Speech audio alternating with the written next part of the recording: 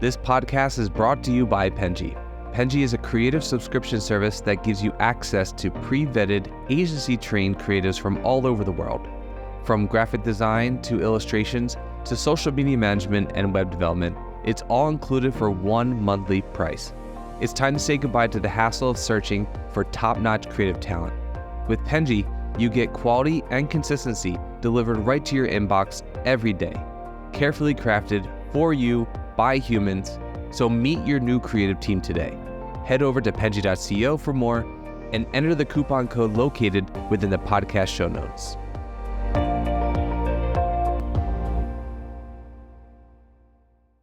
Okay, Gal, sorry. Tell me, what is your hot take? My hot take is people in America underestimate the power of hummus, which comes from my native country, Israel, where I was born and raised. That's really kind of what they call fast food. You can eat it with so many things, but the traditional is a pita bread. You can eat it with a bunch of olives, which is Mediterranean. And that's pretty much the diet that now people are trying to reinvent into the Mediterranean diet. That's basically been the diet for hundreds of years. So kind of amusing to see all the new places that are being opened claiming that it's a new phenomenon. It's not, but it's... I have the same experience with avocado. I remember I'm Latina, so I'm from El Salvador, and in Latin America, we eat a lot of avocado with our food. Since I was little, avocado has been like a big part of our diet. And for some reason, I remember back in like 2017, millennials started to like claim it as like, oh, avocado toast and like adding avocado to a salad. And it was like the same thing with hummus, like a huge deal. And I was like, it's avocado. It's just a fruit. Well, another point is in the history of cheese, for example. I know for a fact that the cheese industry in like 20 years ago tried to figure out how they can increase their sales. So they went to Madison Avenue to an agency, and that's where it started to have the cheeseburger and adding cheese. Now, everything that you eat basically has a lot of cheese, but that's where it comes from. It's literally an advertising invention as opposed to something that existed organically. Yeah, I know. I think a lot of trendy foods are very much the product of advertising, which is a great way to get into our podcast. Everybody, you know the drill. My name's Daniela. I'm your host. I'm Penji's partnership coordinator. Welcome to Fully Managed. Today, I'm joined with a very special guest, Gal Borenstein from Bornstein Group. And we're going to have a great conversation today. We talk about marketing, we talk about business, and we help assist you guys in your journeys. Hi, Gal. How are you? I'm very excited to have you. Hi, Daniela. I'm very excited to share with you my insights and looking forward to the interview. I am too. I am so excited. Guys, you already heard Gal's hot take, so we know a little bit about him. But to get the ball rolling, get us started a little bit, can you tell us everything that we need to know about you, about Bornstein Group, about marketing, about your books? There's a lot to talk about, so let's get a quick intro. All right. So the short version of my life is that I was born and raised in Israel. And my military service there, which is mandatory, was as a military journalist. So I got to experience being a journalist during kind of wars, which what a CNN reporter would do at age 18. And then when I graduated at age 21 from the military, I looked for a radio, television, and film school. And lo and behold, Israel is a small country. It didn't offer that degree. So I asked my dad, would you be able to help me pay tuition if I found a university in America and come on a foreign student visa? And my dad said, yes. if you go there and come back after 6 months learning English, that'll be terrific. And if it's of interest to you, that'll be even better. And I have exactly enough money for 6 months, or a semester, if you will. So I got on the plane. I landed on January 4th, 1990, which was the coldest day in the history of Philadelphia. And it was about 12 inches of snow covering the airport. And I had to wait with a very thin coat and my suitcases as it was snowing, as the airport was completely blocked by ice and snow. And typically what you do is you basically find a cab. Well, being a complete stranger to the country, I basically hailed for a cab, and the cab says it's going to be $150 to get you to the western part of Philly, where there was an international house for students, which I had the address to. My common sense kicked in, and I said, there's no way it costs $150 to go 5 miles. I mean, I understand the value, transporting somebody through the snow, but still it doesn't make sense. So I stayed another 2.5 hours, and then for $15, I was able to make my way to the promised land. In that case, it was actually to the house where this international students were being hosted. And then I started my career really at age 21, being older than most people that start college at age 18. And it gave me a unique opportunity now to study at Temple University in the School of Communication. And the major was called RTF, Radio, Television, and Film.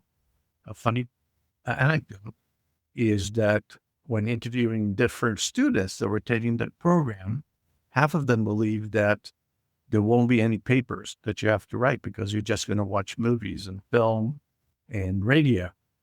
And to this day, it amuses me because RTF, the name of the major, became for some rather than fail.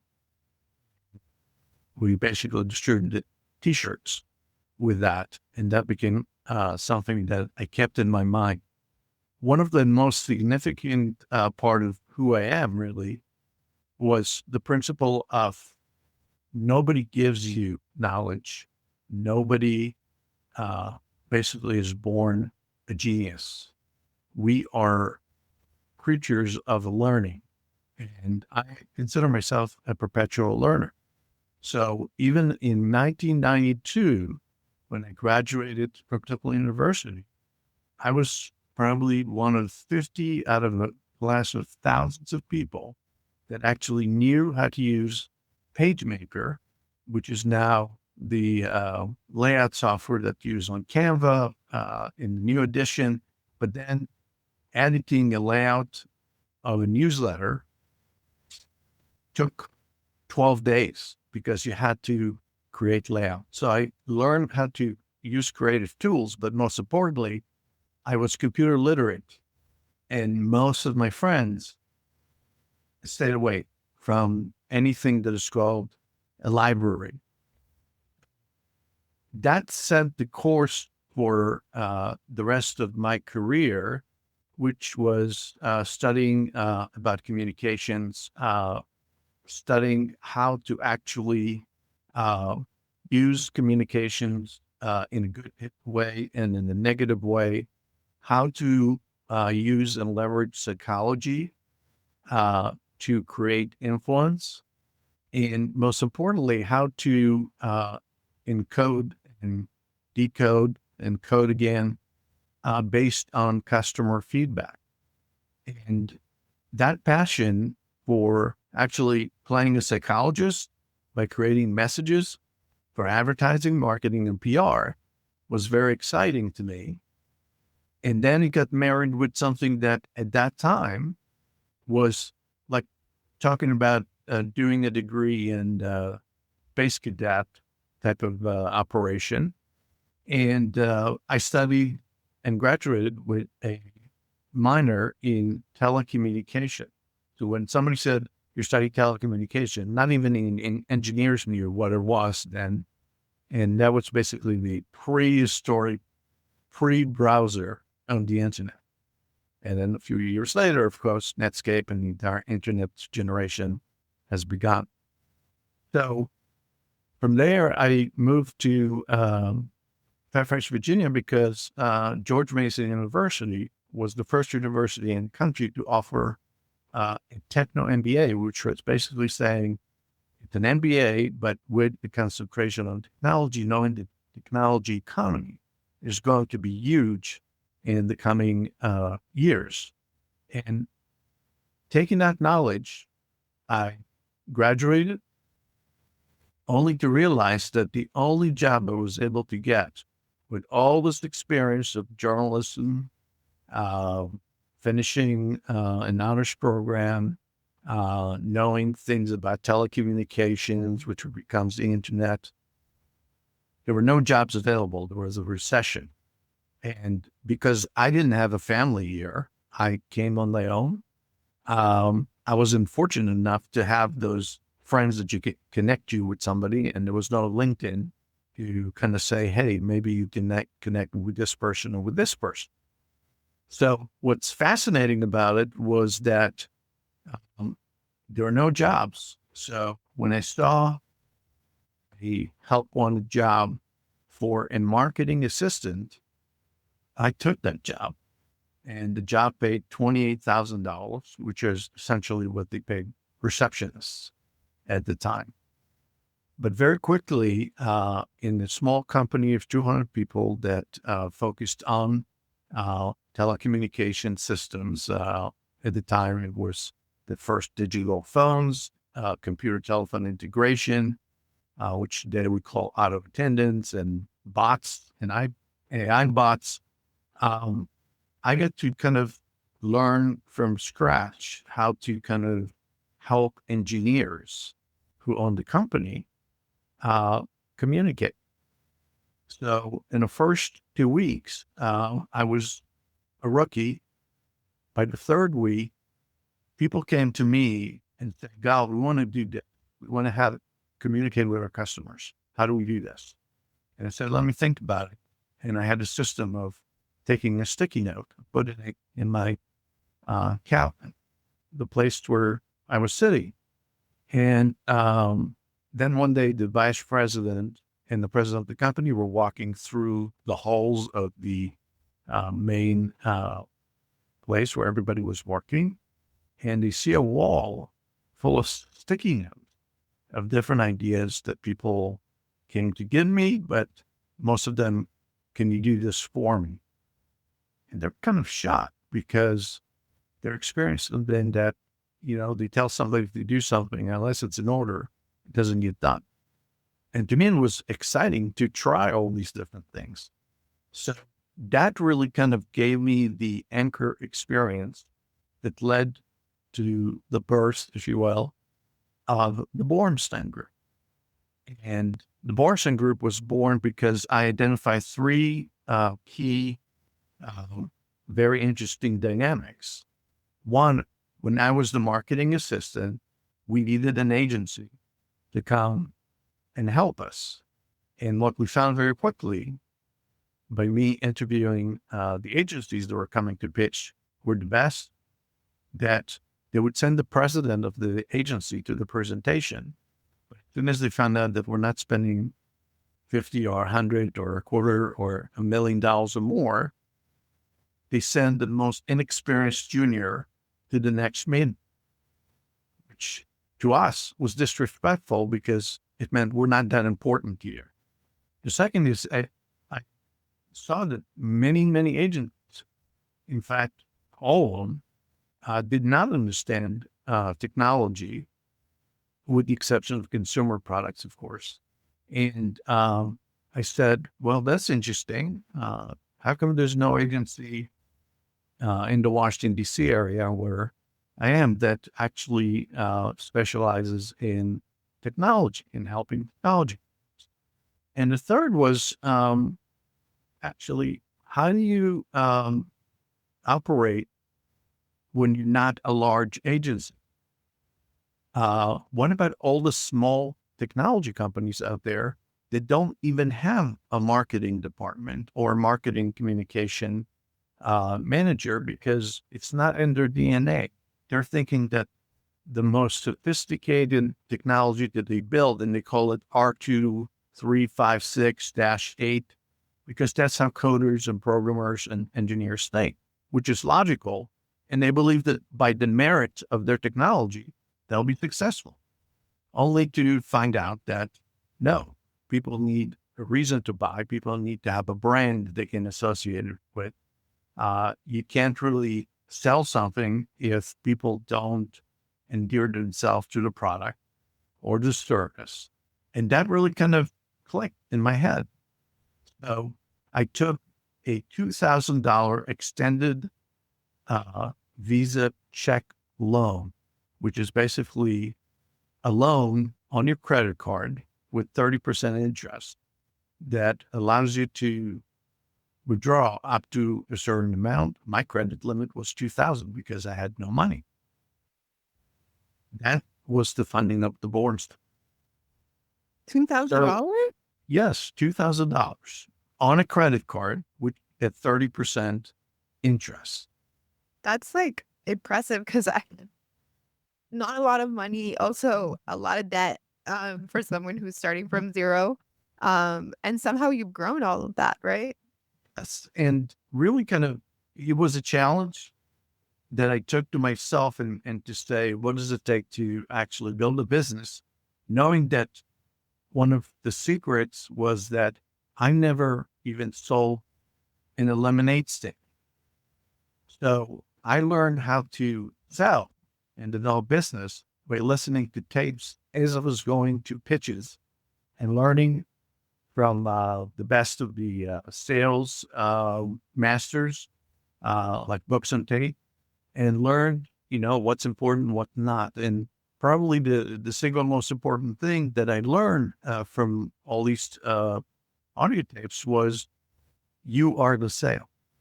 And which meant when you go in and you sell whatever it is, or you develop business, you are the sale.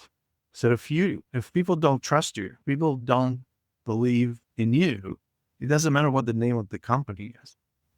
And it looked reasonable, but making it and manifesting it into reality required looking like the part and being the part and living the part.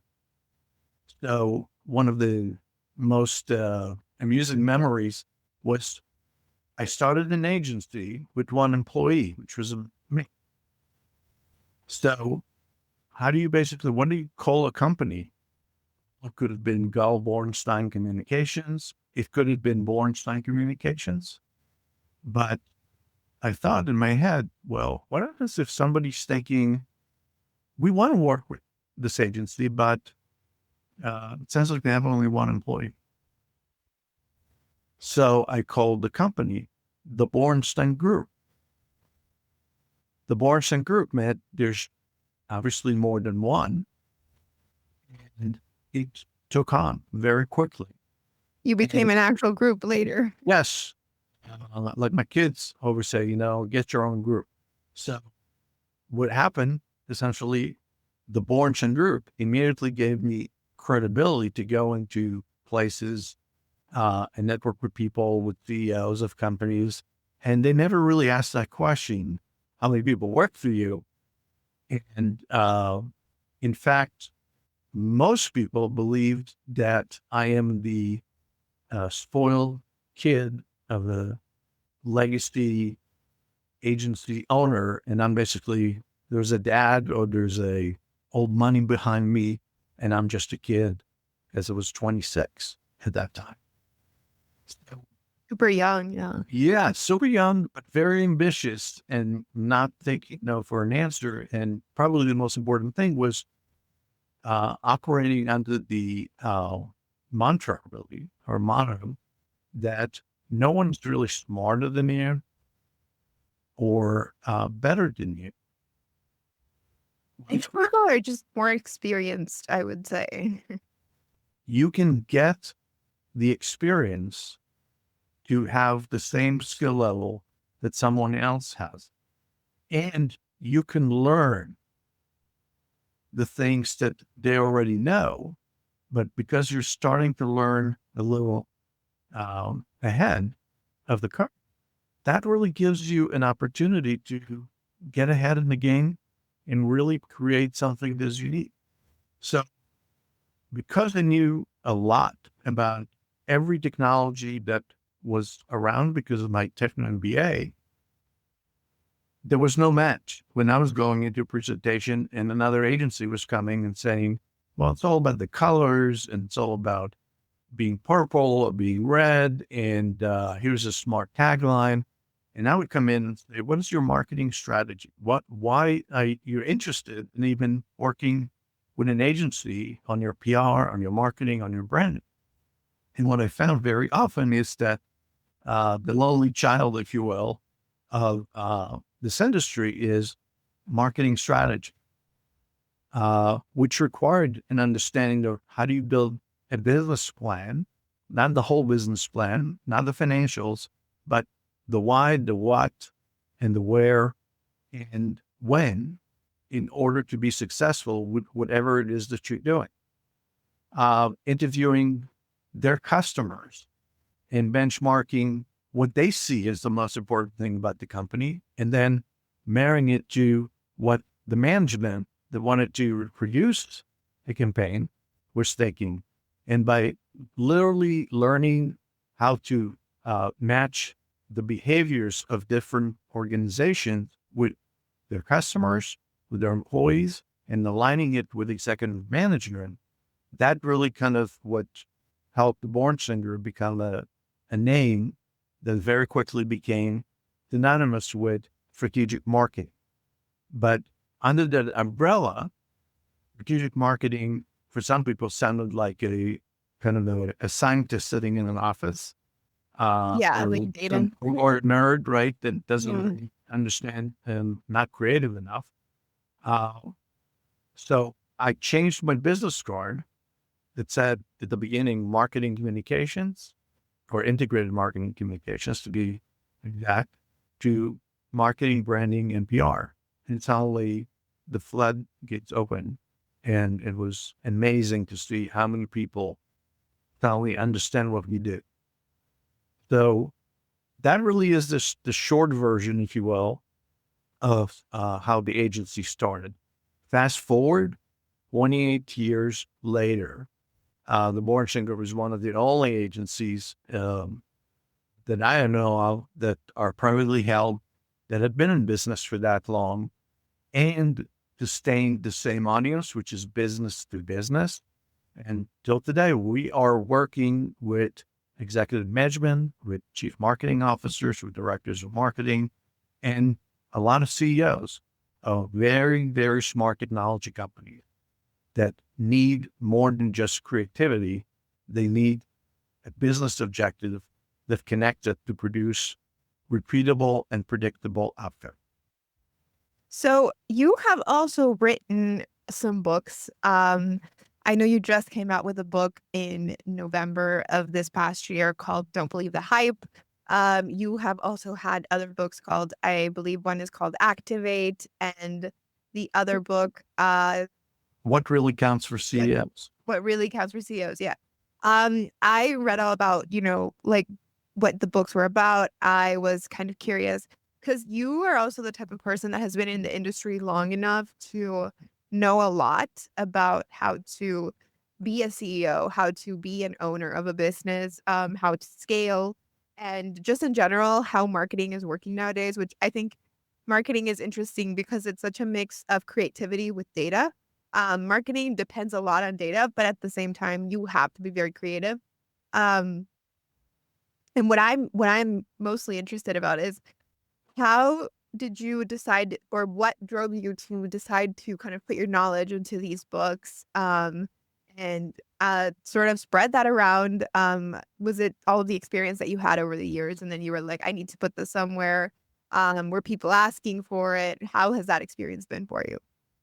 Um, so as I kind of start kind of creating training for my employees, uh, and interfacing with a lot of the CEOs, I realized that most of them have counter dynamics, and the counter dynamics uh, puts them in one camp or another, but they still don't understand how marketing and branding and PR work together in concert to promote their cause. So my first book, What Really Counts for CEO, was simply taking all the interviews at work that I had and asking CEOs, well, if the marketing campaign worked, what does success look like? Another adage that was very true is in many companies, even today, marketing and sales hate each other. The sales people in the organization think that the marketing people are just sitting and doing nothing or do not produce anything that is important. And then, of course, the marketing folks in the company, even at the smallest or the largest companies, have contempt for the salespeople because they always ruined a theory or a measurement or a campaign, or didn't follow up with the prospects. It used to be by phone. Now it's email. Now it's bots. What's really CRO. interesting But is it's that, amazing. It was taking those interviews, and I said, well, if you're a CEO and you had a sales department and marketing department and an agency, what are you thinking? So I wrote it through the eyes of a CEO, but also helped them understand essentially what is important for them to know about their own people and the professionals they're working with that they should be watching out for, and how to basically be successful. The second book, very quickly, which was all about ushering the digital branding age and understanding that a website can no longer be a brochure, an online brochure, which it used to. To understand the intricacies of using data analytics to create more than just a theory of success, but actually make sure that it's proven, it can be trusted, and most importantly, can be replicated to produce repeatable and predictable outcomes, which is the Webster definition of science. So creatives do experiments. Scientists create something that you can use again and again and again and again. And that's what constitutes success. I have with me my latest book, Don't Believe the Hype. And actually, this book is about seeing what happened to the world when everything became digital, and especially with social media and Glassdoor and all these tools that can ruin your brand or can make it successful. yeah, reviews online, social media. Yes, and the most common example that I use really is Amazon is a great company, right? But if you're going on Amazon and you had to buy a product of your choice, how would you make a decision?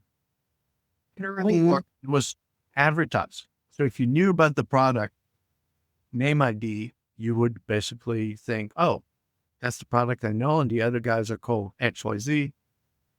I don't know what it does, so I'm not going to buy from them, right? Amazon changed the system to reviews, real people actually putting reviews about what their experience. So if you saw a product that had 5 stars, but 8 reviews, versus a non-product that had 1,000 reviews and it was 3.5, you would make a decision based on what are you able to trust. And that basically anchored the book to talking about what is digital trust and how you can measure it.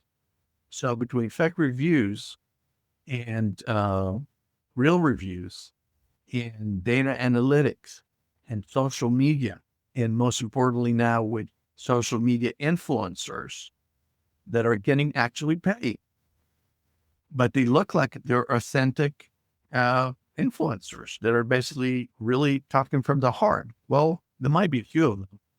It's over. Think about the Kardashians. If you think about the kind of the pioneers of the influence industry, now, you can rent an influencer to talk about your product.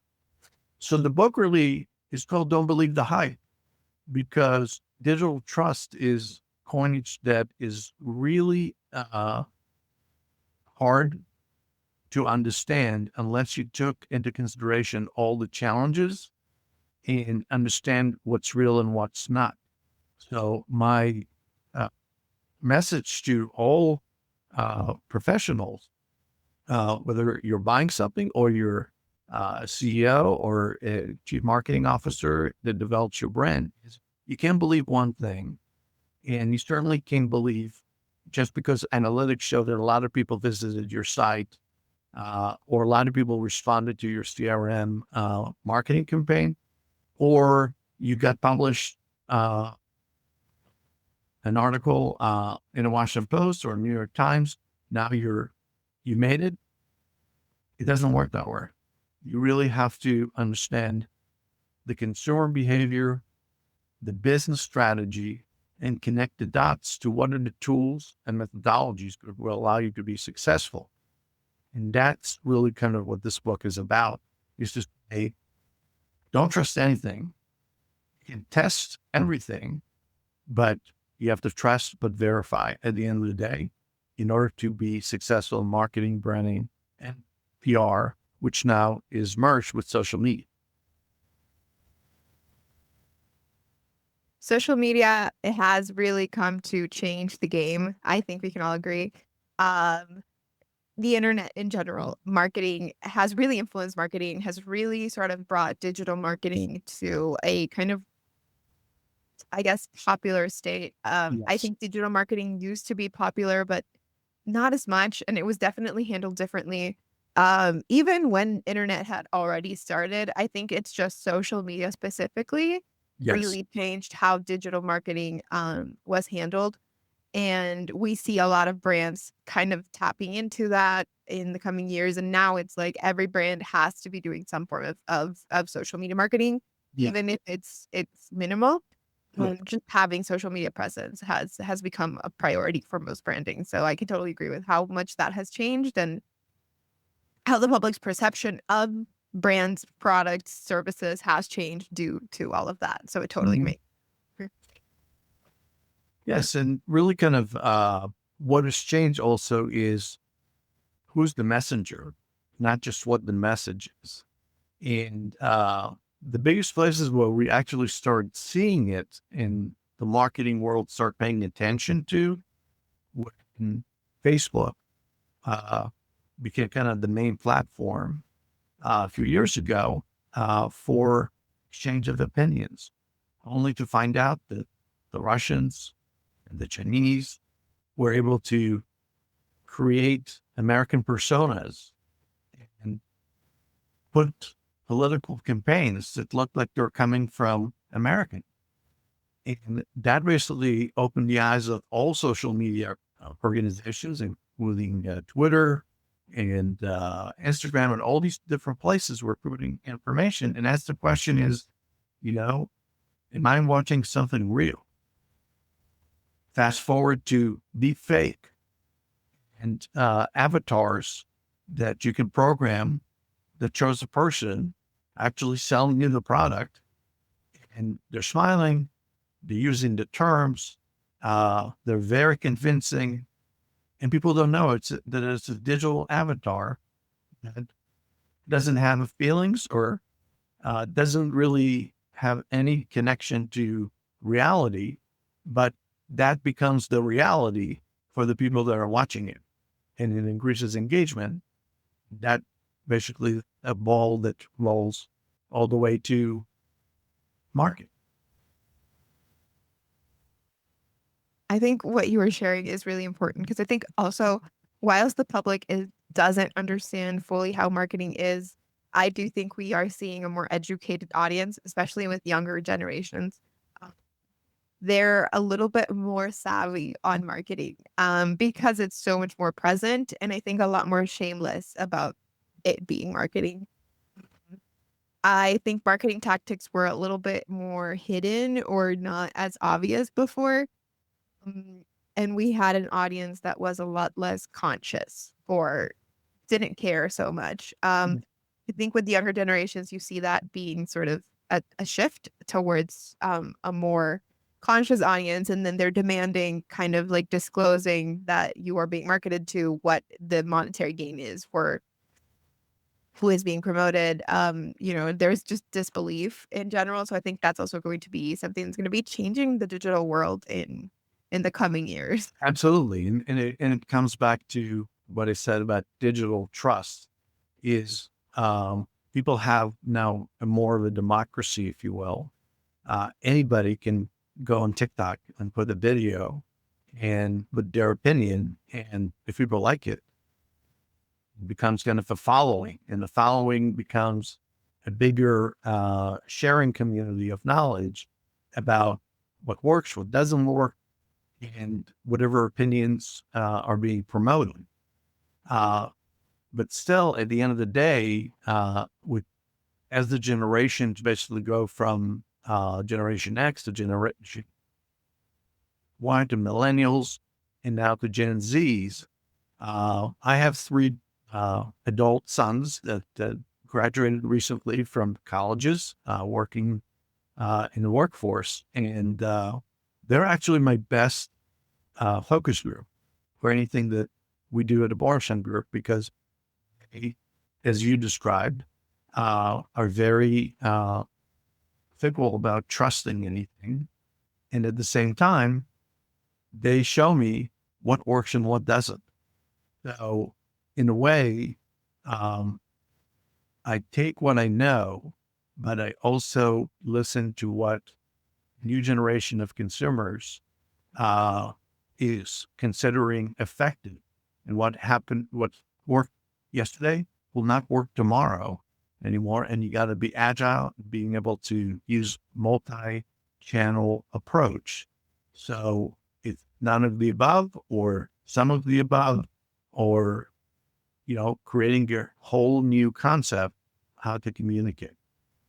And I think that's a very exciting age to be in marketing, to be in PR, to be in social media for anybody who's creative and seeks to influence people through the techniques that we described.